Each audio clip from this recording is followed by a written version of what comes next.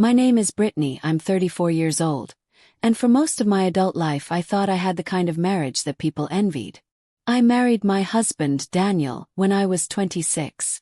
We'd dated for almost 4 years before tying the knot, and by the time we walked down the aisle, I felt certain he was the person I would grow old with. We had what I believed to be a strong foundation: late-night conversations, laughter over silly things, the ability to get through tough times side by side. At least that's what I thought.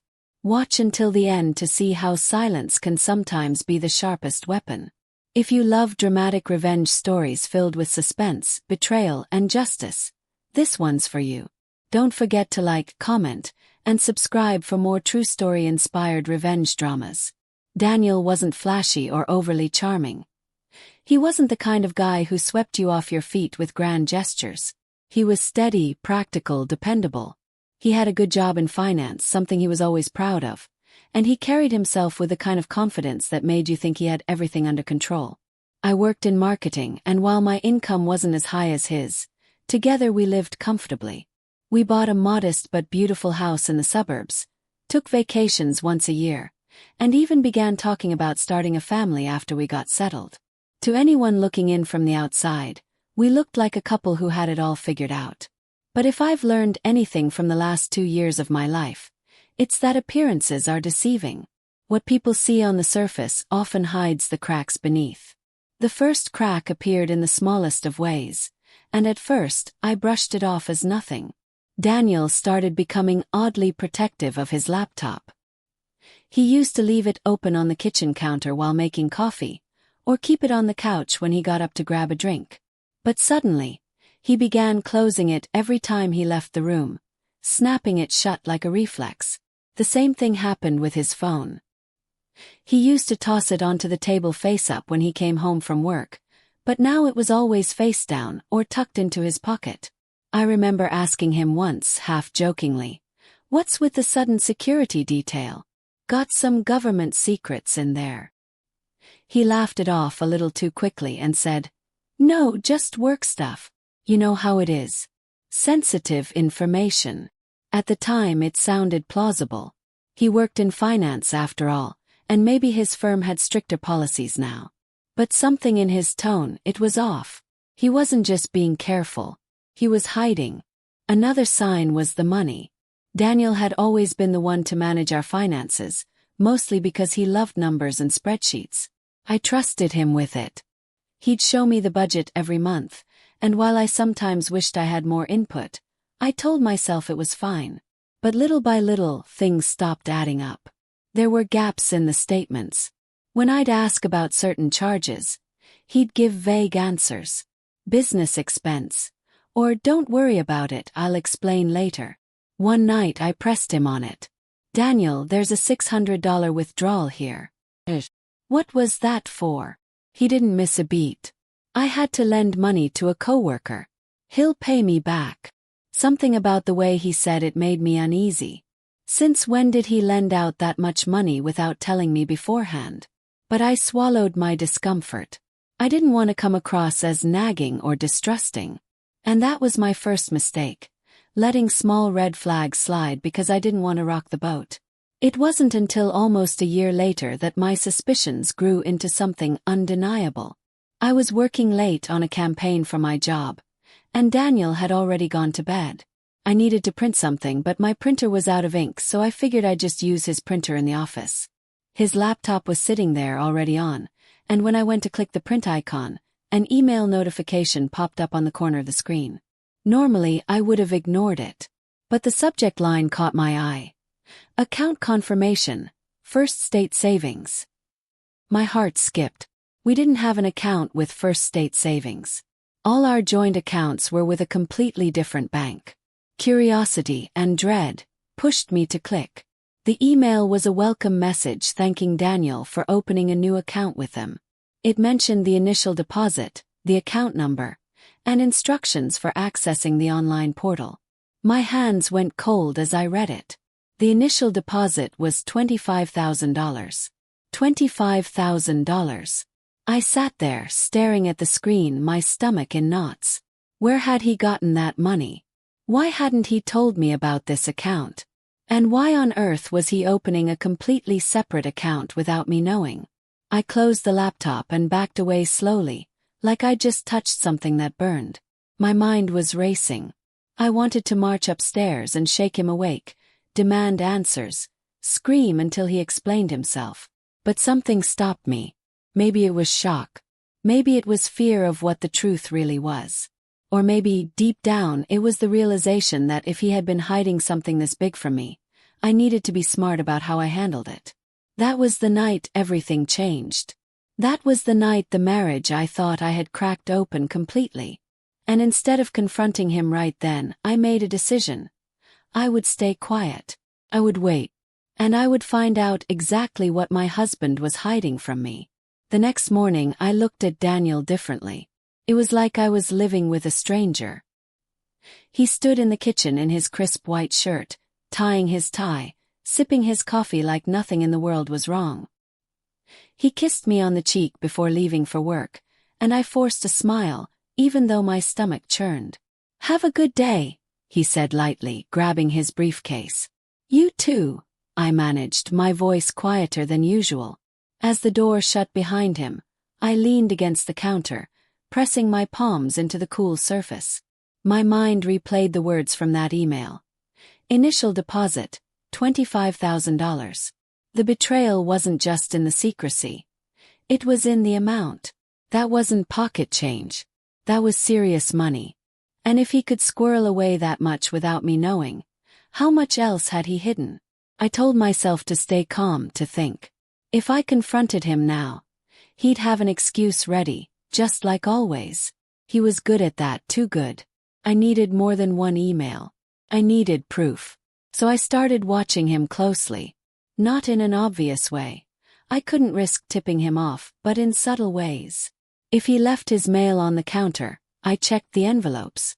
Most were normal bills, but once in a while I'd see letters from First State Savings. I never opened them, but just seeing their logo sent my blood pressure soaring. At night, when he fell asleep, I sometimes crept into the office to check his laptop. He was careful, always logging out, but he wasn't infallible. One night, after weeks of waiting, he slipped up. He'd left the browser logged into his email. My heart pounded as I sat down, whispering to myself, "You're just looking, Brittany. Just looking." I clicked through carefully, terrified he'd wake up and catch me. That's when I saw it. Regular transfers. Every month, like clockwork, Daniel had been moving money, sometimes $2,000, sometimes more, from our joint account into the secret one. And it had been going on for over a year. My throat went dry. A year. Whole year of lies. The strangest part. He wasn't spending the money. The balance just kept growing. By now, it was nearly $70,000. That night, lying beside him in the dark, I stared at the ceiling, listening to the sound of his steady breathing. He looked so peaceful, like a man who had nothing to hide. Meanwhile, I was lying there with my heart thudding so loudly I thought it might wake him. I wanted to roll over, grab his shirt and scream, "Why? Why are you doing this to me?" But instead I stayed silent. I couldn't tell anyone. Not yet. Not my parents, not my best friend, not even a therapist. To speak it out loud would make it too real. So I kept the secret, carrying it like a stone in my chest. Weeks turned into months, and the act became second nature. I played the part of the devoted wife while inside I was unraveling. Every time he bought me flowers, I wondered if it was guilt. Every time he planned a date night, I wondered if it was a cover. One evening while we were out to dinner, I tested him a little. "So," I said casually, swirling the wine in my glass, "do you ever think we should invest more of our savings? You know, for the future." He didn't even blink.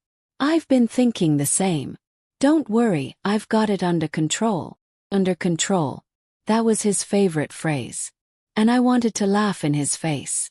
Another time, I brought up the idea of buying a new car, knowing full well we could afford it if he wasn't siphoning off tens of thousands of dollars. He shook his head. "Let's wait until next year. Things are tight right now." The word burned in my ears. Tight for me maybe, but not for him. He was stockpiling our money in a vault I couldn't touch. It was around that time that I began documenting everything. I bought a small notebook, one I hid in the lining of my winter boots in the back of the closet. Each night I wrote down the transfers I saw, the dates, the amounts, the lies he told me. I started printing copies of bank statements at work, tucking them away in a manila envelope. Piece by piece I was building a case. And with every note, every document, my resolve hardened. This wasn't just a mistake. This wasn't just poor communication or even selfishness. This was betrayal. He was planning something without me, something big. Maybe he wanted an escape fund. Maybe he was preparing for a life without me. And if that was the game he was playing, then I would play it better. The hardest part was the waiting. Months dragged on, and I kept my mask in place, smiling at barbecues with friends, posing for holiday photos, even going to bed with him like nothing was wrong. But beneath the surface I was planning. I didn't know when or how it would happen yet, but I knew one thing for certain. The day Daniel's lies caught up with him would be the day I made sure he lost everything he thought he was clever enough to hide from me. After months of quiet watching and cataloging, the secret became less like a private wound and more like a weight I could no longer carry alone. The ledger of lies in my manila envelope grew heavy with printouts. Transfer dates, amounts, account numbers, a trail that looked cleaner than any confession. I knew enough now to see this wasn't a momentary lapse or a one-off eccentricity. It was a deliberate steady siphon, a plan that somebody could live inside while the rest of us lived around it. Called my lawyer. I didn't pick the first one who answered my search. I called the woman a friend had used after a messy business divorce, the one people described as blunt in the courtroom and kind in the conference room. Her name was Claire, and on the phone she was exactly what I needed. Calm, practical, and impossibly efficient. "Tell me everything," she said when I sat in her small office, the lamplight casting a warm pool on the coffee table between us. So I did. I laid it out item by item. I watched her face the way you watch someone reading a map that leads to the exact place you've been trying to describe for months. There was recognition in her eyes, a flash that said she'd seen this kind of thing before. When I finished, she didn't make me repeat myself. She reached for a pen and began to plan. "We'll need to preserve the assets immediately," she said. "If there are transfers, you can get a temporary restraining order or a preservation order from the court to freeze those accounts. We'll need your documentation, bank statements, the correspondence you found, any screenshots. Also, we'll need to pull a forensic accounting report to establish the flow of funds." Her words were legalese, but they felt like a rope thrown to someone who was starting to drown. "Can we do that?" "Yes." "Can the court really freeze accounts that aren't joint?" "Yes," Claire said carefully. "If you can demonstrate that the funds were transferred from joint assets, or that he used marital funds to fund the hidden account, a judge can order a preservation of assets. It's not instant, but if we move quickly, we can ask for emergency relief. And once you file for divorce, the court is very serious about preserving the marital estate so nothing disappears." I nodded, relief and apprehension thrumming together. It didn't feel like revenge in the melodramatic sense yet. It felt like strategy, a method to ensure the material pieces of our life were protected while I decided the moral ones. We worked fast. Claire had me sign a power of attorney just long enough for her to request records, and she wrote a crisp, professional letter to Daniel's bank requesting documentation of the new account and all inbound transfers. She suggested a forensic accountant she trusted and told me to expect calls within 48 hours. The whole thing felt like mobilizing a tiny army. While Claire handled the legal front, I kept my life outwardly steady. I went to work, led meetings, laughed at small jokes, and pretended not to be composing an affidavit in my head at the same time. I didn't mention any of it to my parents. I wanted to control the narrative so I could protect myself from their worry and my own temptation to overshare. I confided in Jenna one night over takeout, and she listened like someone who was reading the final chapters of a book she'd been dying to get to. "You're doing the right thing," she said, stirring noodles with a look of quiet approval. "Make them prove they're not criminals." The forensic accountant, a bearded man named Raj with the temperament of a chess player, arrived at my dining table carrying a laptop and an enthusiasm for numbers that made him almost like a superhero in my story. He explained how he'd map every deposit and withdrawal, how he'd subpoena accounts if needed, and how small patterns, repeated round sums, regular transfers timed around paydays, often betrayed a bigger scheme. "We'll try to trace whether transfers were funded from joint accounts or payroll," he said. "If Daniel is shifting marital funds into a hidden account, the trail tends to show." Claire filed the emergency motion that week. The court date was set for the following Monday, and for days the world to me condensed to that waiting. I felt like an actor rehearsing a crucial line over and over, except the line was real and the audience was a judge who could do more than clap. On Friday, I came home from work and found Daniel pulling jackets from the closet, a look of distracted worry on his face. He was moving clothes to the spare room. He hadn't said anything about leaving, but the body language read like someone preparing for a trip, or for a retreat. "Are you leaving?" I asked, keeping my voice casual as if I'd just asked if he wanted peanut butter with the toast. He shrugged, trying to be breezy in the way men try to be breezy when the edges of life fray. "I thought I might stay with a friend for a few days. Change of scenery. Work is nuts." "Okay," I said. My throat tightened, but I let it be a neutral answer. I didn't need him on his feet, packing his things. If anything, I wanted him to be in the house when a court order arrived. It would make the delivery feel more concrete. Claire called that evening with good news. The judge had issued a temporary preservation order based on the documentation we submitted, an order preventing any transfers out of identified accounts and an instruction to the bank to preserve current balances until further review. In short, a legal freeze that made Daniel's secret fund more visible and less useful. "Don't celebrate yet," Claire warned. "We've bought time. Next step is the divorce filing and the more formal discovery process. You're protected for now, but we have to be careful with how we move." Part of me wanted to breathe in the relief like air after a long swim. Another part whispered that this was only the opening move in a longer game. I felt furious in a new way. Not the hot glare of immediate betrayal but a slow, simmering certainty that the calculus of our life had shifted and that I had to reconfigure around a new truth. Saturday night I slept poorly. My dreams were littered with numbers and emails, and the worst-case version of men with suits collecting everything and disappearing.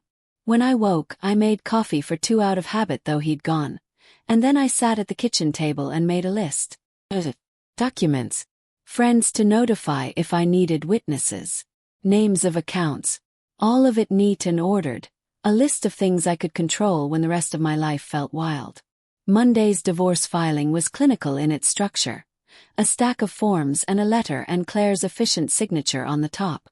We asked for temporary custody of our joint finances, a preservation of assets, and an injunction preventing him from disposing of property.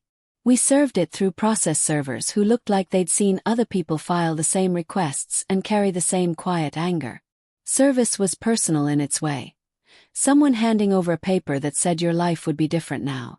The court date arrived. I sat in a small sterile room while Claire explained the motion to the judge. Daniel's lawyer looked sleepy and bored, and I felt a flicker of disgust for the air of procedure that pretended to be dispassionate while people's lives were rearranged. The judge read the packet we'd supplied, listened to our motions, and nodded. The preservation order was extended until the court could review the full evidence in discovery. Walking out of the courthouse, I felt lighter and heavier at once. Lighter because I'd taken the step that made the marriage legally recognized as fractured. Heavier because the machinery of divorce was moving and would only accelerate. I had made the decision to act within the law, to force transparency. It didn't look like revenge in the impulsive cinematic sense. No dramatic midnight heists or slipping jewels into pockets. It looked like paperwork, subpoenas, and a forensic accountant's spreadsheet. It was less sexy and much more satisfying. Over the next weeks, discovery revealed more. Daniel had loaned himself money from the joint accounts under the guise of business expenses. Transfers from payroll had been routed in odd ways. The numbers were exhausting and obscene in equal measure. The total hidden balance hovered at nearly $80,000. It was not enough to buy freedom, perhaps, but it was enough to have a late-night life, to cushion a secret if he ever wanted one. It was enough to ruin trust. And in the quiet moments, the 2 a.m. cups of black coffee, the walks alone with a podcast in my ear, I let myself imagine various ends. I let myself imagine anger and restitution and the courtroom's final stamp. I imagined a day when the books balanced and the money we'd both earned together became a ledger of honesty instead of a ledger of lies. That day would come, in ways I did not yet fully map out, and when it did, it would be decisive. I had chosen to use the law as my instrument, to let rules and judges and accountants do the heavy lifting. That choice didn't make the satisfaction any less sweet.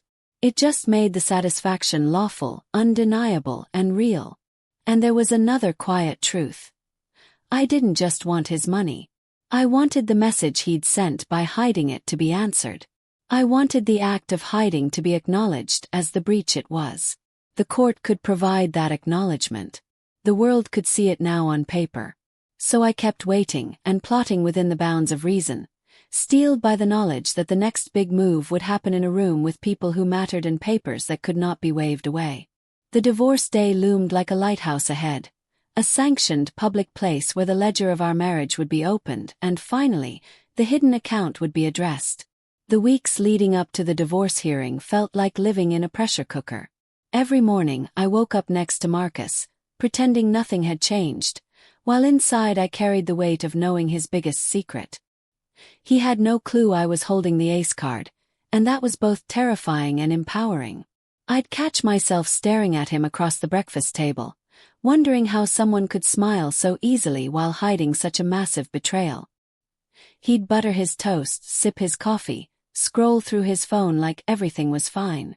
I would nod along to his shallow conversation, all while hearing my heart pound in my ears because I knew that soon, all of this would collapse. My lawyer, Ms. Delgado, was calm and reassuring every time we met. She was one of those women who radiated quiet power, never raising her voice, but always commanding attention. One afternoon in her office, she leaned across the table and said, "Brittany, you've done something most people can't. You've held your silence. That silence is your weapon. On divorce day, he won't even know what hit him." Her words gave me a strange comfort. But living under the same roof as Marcus wasn't easy. He wasn't cruel in the overt sense.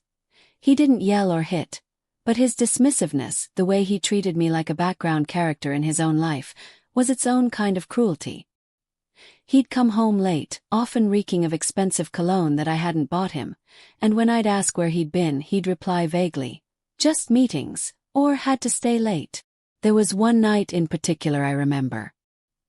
He stumbled in around midnight, loosened his tie, and slumped onto the couch. I was sitting there, pretending to read a magazine. He looked at me and smirked. "You don't wait up for me anymore, huh?" I forced a small smile and said, "I'm here, aren't I?" He chuckled, shaking his head, completely oblivious to the irony. He thought he was in control, thought he was smarter than me, thought I was just the quiet wife who never asked too many questions. If only he knew how much I had uncovered. In private, I prepared carefully. I had organized all the bank statements, the screenshots, the legal documents. I bought a simple folder from the store and labeled it "insurance papers," so Marcus wouldn't think twice if he happened to see it. Inside were the keys to his downfall. Sometimes I almost cracked. The urge to scream at him, to demand answers, to let him know I knew. It bubbled up like lava in my chest. But I would breathe deeply, reminding myself, "Stay quiet. Wait for divorce day. That's when this all comes out." Then came the day before the hearing. Marcus was unusually chipper. He strutted around the house like he had already won, like tomorrow would be the day he rid himself of me and kept most of what we'd built together. That evening, as we sat at dinner, he leaned back in his chair and casually said, "You know, Brittany, after tomorrow you'll be fine. You'll get a little settlement, and I'll move on. We'll both be happier." I stared at him, keeping my face neutral, but inside I was screaming. A little settlement. This man thought he could drain money into a hidden account, lie to me, and still walk away with everything. I smiled faintly and replied, I'm sure tomorrow will be interesting. He raised an eyebrow at me, a flicker of curiosity in his eyes, but then shrugged it off. He had no idea the trap was already set. That night, I lay in bed, staring at the ceiling, listening to his steady breathing beside me. I wondered if he even deserved to sleep so peacefully. I didn't sleep much myself. I was too wired with anticipation. Tomorrow wasn't just divorce day. Tomorrow was judgment day. The morning of the divorce hearing, I woke up before dawn. My stomach churned with nerves, but there was also this steady pulse of determination inside me. I slipped into the outfit I'd picked days before. A simple navy dress, professional but not flashy, paired with modest heels. I wanted to look calm, composed, untouchable. Marcus was in the bathroom humming as he shaved, like he was getting ready for a business meeting he knew he would win. He glanced at me as I fastened my necklace and smirked. "Don't look so nervous. This is all just procedure." I forced a small smile. "You're right. Just procedure." But in my heart, I knew this was so much more. At the courthouse, the air smelled faintly of coffee and disinfectant. The waiting room buzzed with low murmurs, couples avoiding eye contact, lawyers shuffling papers. Ms. Delgado sat beside me, her leather briefcase balanced neatly on her lap. She gave me a reassuring nod. "Remember, Brittany, keep your cool. When the moment comes, let me handle the reveal." Marcus walked in a few minutes later, looking smug in a tailored gray suit. His lawyer, a slick man with too much hair gel, followed close behind. Marcus didn't even glance at me at first. He was too busy checking his phone. Finally, when his eyes met mine, he gave a little nod, almost like he pitied me. I had to bite the inside of my cheek to keep from laughing. He really thinks he's about to win. When the judge finally called our case, my pulse quickened. We took our seats, and the proceedings began. Marcus's lawyer wasted no time painting a picture of a generous husband and a marriage that had simply run its course. He spoke of fair division and reasonable settlement, while Marcus sat there looking like a saint. I stayed quiet, listening, waiting. Then it was Ms. Delgado's turn. She stood smoothly, adjusting her glasses, and said, "Your Honor, before we discuss settlement numbers, there's an important matter that must be brought to light." The judge frowned slightly. "Go on." Ms. Delgado opened her briefcase, pulling out the folder labeled insurance papers. She placed it on the table with deliberate care, then slid a set of documents forward. "We have evidence of a secondary bank account belonging to Mr. Marcus Reynolds. An account that was deliberately hidden from my client during this marriage. The balance in this account exceeds $120,000. The courtroom seemed to freeze. Marcus's head snapped toward me, his face draining of color. That's not true," he stammered. His lawyer shuffled uncomfortably, reaching for the papers, his brow furrowing as he scanned them. The judge leaned forward. "Mr. Reynolds, is this accurate?" I don't know where she got that," Marcus sputtered, his voice cracking. "This is some kind of mistake." Ms. Delgado remained composed, her voice steady. "The documents are official bank statements, Your Honor. We can provide the chain of custody. The account has been active for several years, with regular deposits from Mr. Reynolds's business income. He deliberately kept this account separate, failing to disclose it in financial statements to the court and to his wife." The judge's expression hardened. "Mr. Reynolds, do you understand the seriousness of failing to disclose assets in divorce proceedings?" Marcus opened his mouth, but no words came out. He looked at me, eyes wide with disbelief, like I had just stabbed him in the back. I met his gaze calmly, my lips curling into the faintest smile. For months, I had held my silence. Now finally the truth was out in the open. The judge turned back to Ms. Delgado. "Proceed." With surgical precision, she explained how Marcus's deception undermined his credibility and demonstrated bad faith. She requested that the hidden funds be included in the marital assets and that my share be adjusted accordingly. Marcus tried to object, raising his voice, but the judge shut him down quickly. "Sit down, Mr. Reynolds. You'll have your turn to respond." But we all knew the damage was done. For the rest of the hearing, Marcus fidgeted, his confident facade shattered. His lawyer scrambled to soften the blow, but there was no undoing it. The hidden account was undeniable. When the judge finally delivered the ruling, my heart soared. Not only was I awarded a significant portion of the hidden funds, but Marcus was also ordered to cover a portion of my legal fees. It was poetic justice. He had tried to cheat me, but in the end, his own secrecy cost him dearly. As we left the courtroom, Marcus finally cornered me in the hallway. His face was red with fury. "You knew," he hissed. "This whole time you knew." I looked him straight in the eye and said quietly, "Yes." And I waited. "That's the difference between you and me, Marcus. You hide. I plan." For once he had no comeback. When I stepped out of that courthouse, the air felt lighter. For months, I had been carrying the weight of secrets, suspicion, and heartbreak. But now I had turned Marcus's own lies into my victory. The sun was bright overhead, and for the first time in a long while I felt free. Ms. Delgado gave my arm a gentle squeeze before leaving. "You handled this with grace, Brittany. Most people would have lashed out too soon. But patience, that's what won you the day." I nodded, my throat tight. "Thank you for everything." On the drive home, I replayed the look on Marcus's face when the judge read the ruling. That stunned silence, the realization that all his careful deceit had unraveled in seconds, it was burned into my memory. For years I had seen him as clever, charming, always one step ahead. But in that moment he looked small, defeated. Suppose. The days that followed were strangely quiet. Marcus sent me a few texts, angry ones at first, accusing me of betrayal, then pitiful ones, begging me to reconsider the divorce. I didn't answer. Not once. I had spent too many years letting his words twist me in knots. Now silence was my answer. One evening about a week later, I ran into a mutual acquaintance at the grocery store. She leaned in, lowering her voice. "I heard what happened in court. Marcus has been telling everyone it was a misunderstanding." I smiled faintly, placing apples into my basket. "Let him talk.